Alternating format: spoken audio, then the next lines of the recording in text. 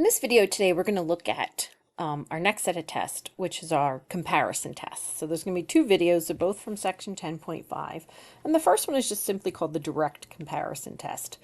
So far you've been working with and you're familiar with, let's see, say the, right, geometric, right? You know that one. Which also can look like this, correct? Isn't that the same series? And we know for this one R is 1/2, and since R is less than 1, we know this particular geometric converges. We're also very familiar at this point, or we just did in the last set of videos, what we call our P. So we know 1 over n squared, correct? Which is our P-series test. All right, 1 over n squared is a P-series, 1 over 2 to the n is a geometric. And, you know, sometimes those two do get confusing, so I want to make sure also that you distinguish between the two. Your 1 over n squared is P-series. And again, though, when your P-value was greater than 1, our series converged. And if you recall, we looked at 1 over n, which was another P series, a very specific P series where n was equal to 1. And this particular one diverged. Remember, this one was also called, it had a name, and it was called the harmonic. Okay, so if you recall from what we learned in the last videos, the harmonic diverged because our P was less than or equal to 1. Our 1 over n squared series, which was also a P series, that converged because P was 2, which was greater than 1. And then over here for our geometric, in this case, and this is just the same series written two different ways, R is 1/2, and since R was less than 1, that particular series converged. Okay, so different rules for different series. It's very important you know these basic series before you start looking at the direct comparison test, because here's what's really great. We can look at more complicated series and then compare them to some of these more basic ones. So for example, just take a look at the series, say 1 over 3 to the n. All right, well, very much like 1 over 2 to the n, we know that particular series is going to converge, and we're going to come back to this one. But what if I had 1 over 2 plus 3 to the n? Well, we don't know about that particular series, okay? So that's where these comparisons come in. So let's talk a little bit, and then we will come back to this particular series after we learn a bit about our direct comparison test. So here's how our direct comparison test works. We start with a given series. And for this explanation, I'm going to call our given series a to the n.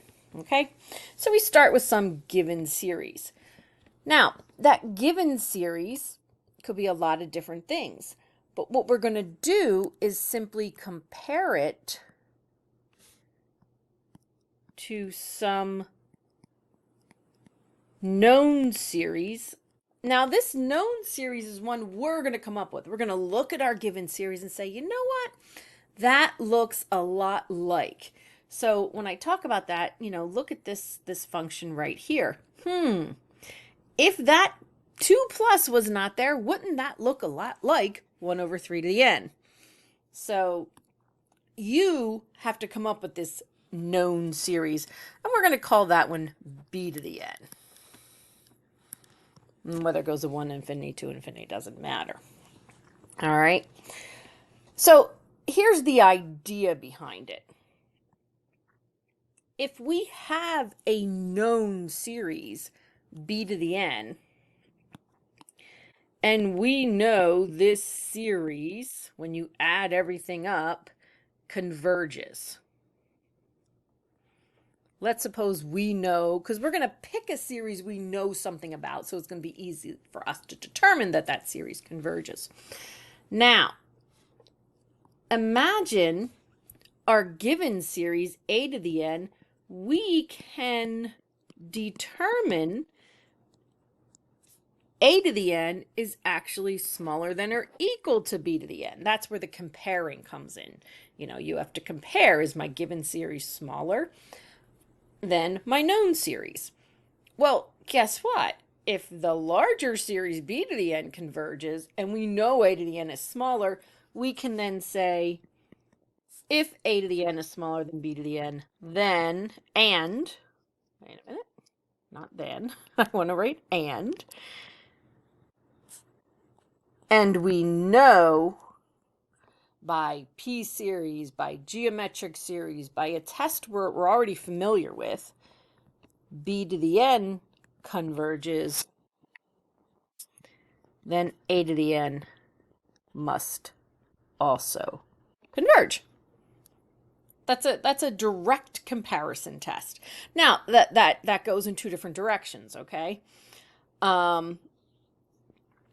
The other flip side to that is,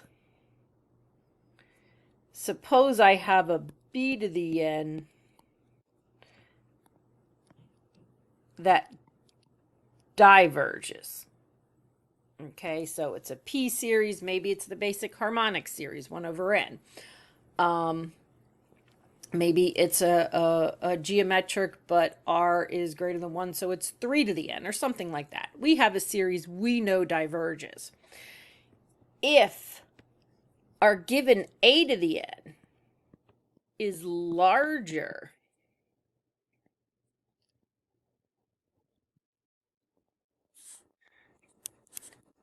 if we can compare them and determine a to the n is definitely larger than b to the n, and we know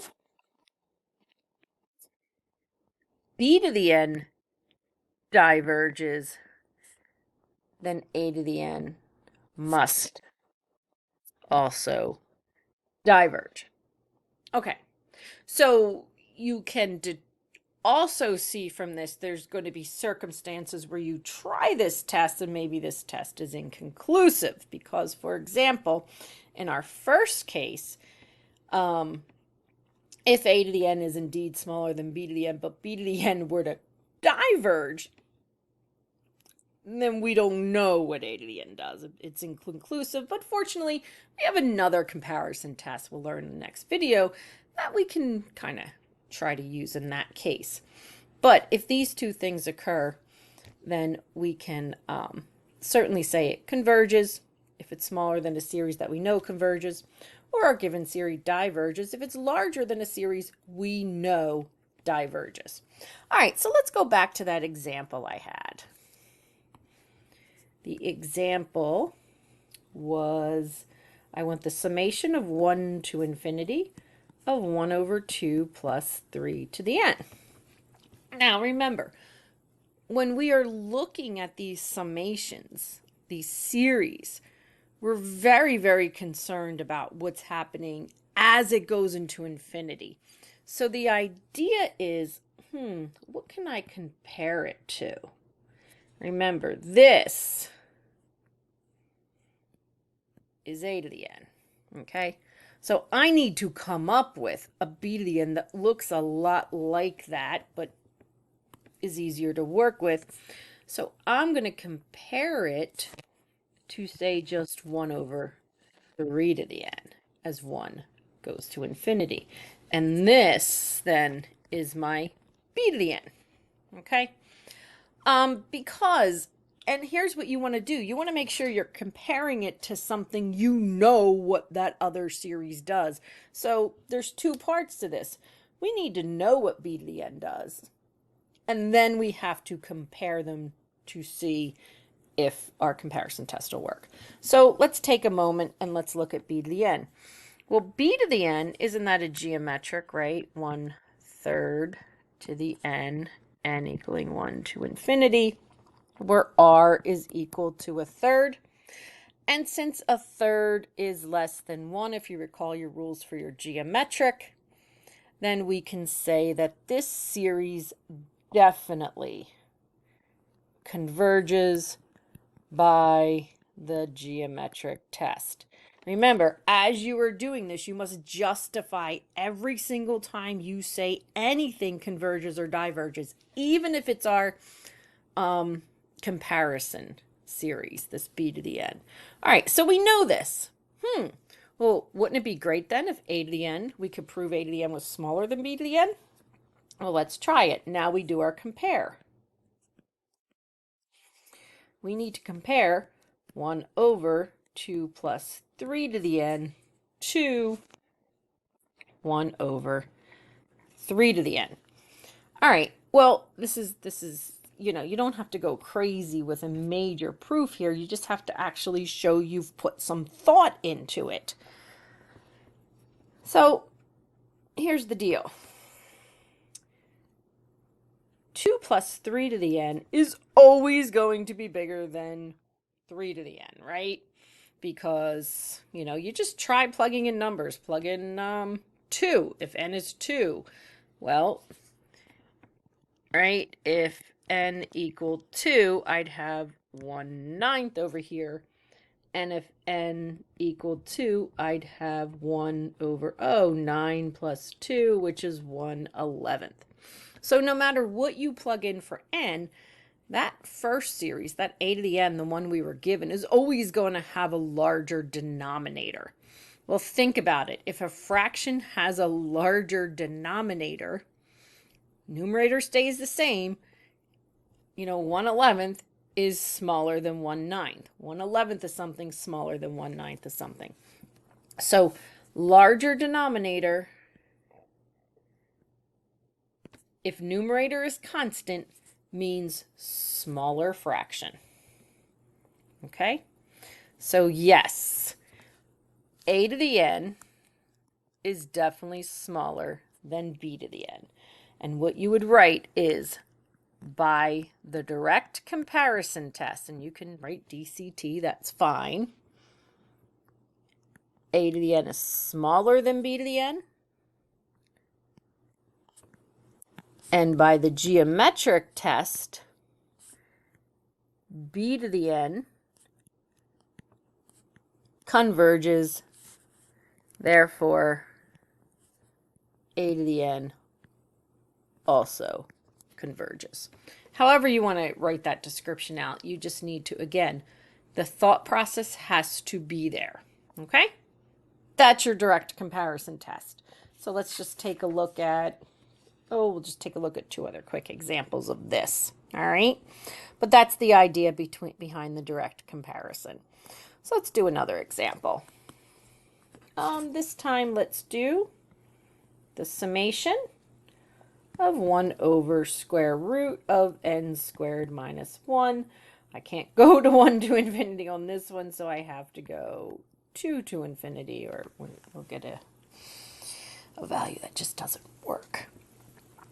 Okay, again, that's my a to the n, right? That's a to the n. I need a b to the n that makes sense to us.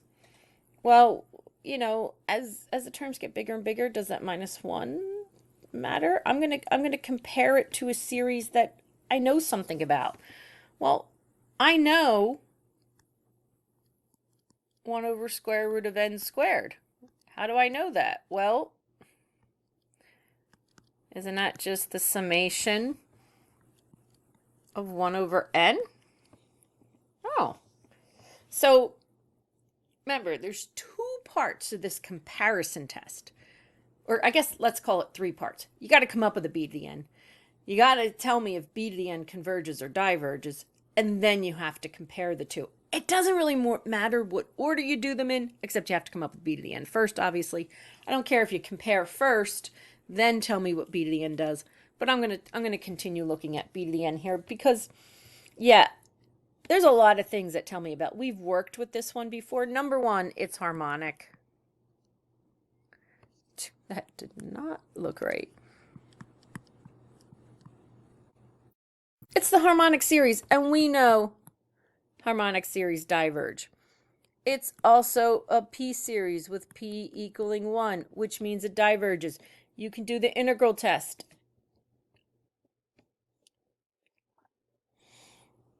Okay? Because the only thing you can't actually use on this one is the divergence test, because when you do the divergence test, it actually equals 0, which is the one time the divergence test is inconclusive.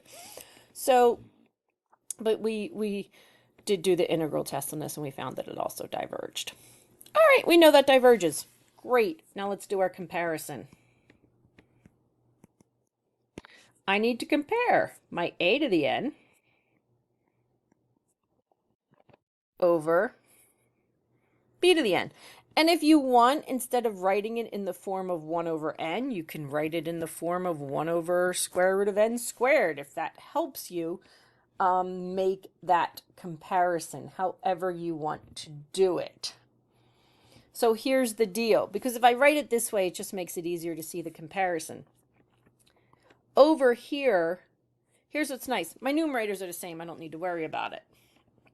But my denominator, isn't this denominator always going to be smaller because I'm taking the value, subtracting by 1 before I do the square root? So it's always going to be smaller than the denominator, smaller, not the fraction. Because remember, if the denominator is smaller, the fraction is actually larger. So if denominator smaller, fractions larger. If denominator's larger, fraction smaller. Just keep that in mind. That's all you're doing. We know that that's larger, and there it is. That's good for us. We can then say, by the direct comparison test, and we'll shorten this up. And whatever you use, the p-series test. Let's say p-series.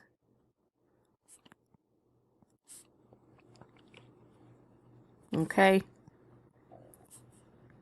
A to the n diverges. You can get away with just writing this amount as long as you already showed me here. Oh, you've already stated why your b to the n series diverges, and you've already showed me you've taken a moment to consider that comparison. Okay, so then I'll accept that shorter writing. I'm just looking for everything you write, your diverge or converge, to be justified in your work.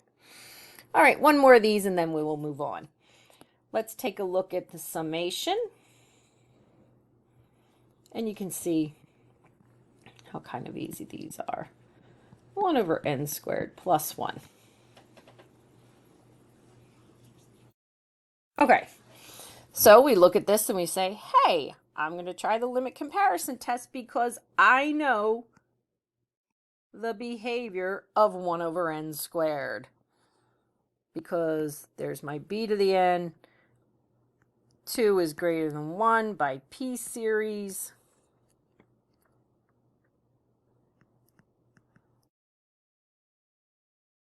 P is greater than 1, therefore it converges. We've worked a lot with 1 over n squared. It's one you're familiar with. You know it converges. So I'm going to quickly do my comparison. When I do my comparison, let's see, I've got 1 over n squared plus 1, 1 over n squared. This one has the larger denominator, smaller fraction, and it's smaller than the converging series. Therefore, by direct comparison test and p-series, it converges. A to the n converges. Okay? So here's the deal. What if I changed one little thing in this?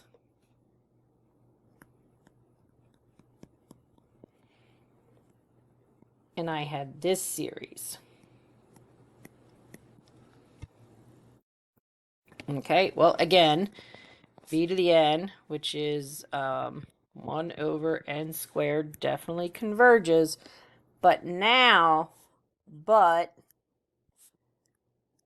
a to the n, which is going to be minus 1, is going to have the smaller denominator, meaning the larger fraction, is greater than b to the n. Okay, this test is now inconclusive. Do you see that? Because just because a to the n, or we know b to the n converges, but a to the n, which I'll do in red, is a little bit bigger, we cannot conclude by the direct comparison test that it too converges. But here's the thing. We have another test. If this were to occur while you're going through the problem, stay tuned for the next video. And we have another test, because what we do want to look at is, all right, b to the n converges. A to the n is a little bigger than b to the n. But does it still behave the same? And if we can prove it behaves the same, then we could say it does converge. All right? So we'll figure that one out in the next. But in this case, direct comparison is inconclusive. And you have so many tests that when something's inconclusive, you move to another test. Right? All right. Stay tuned for the next one.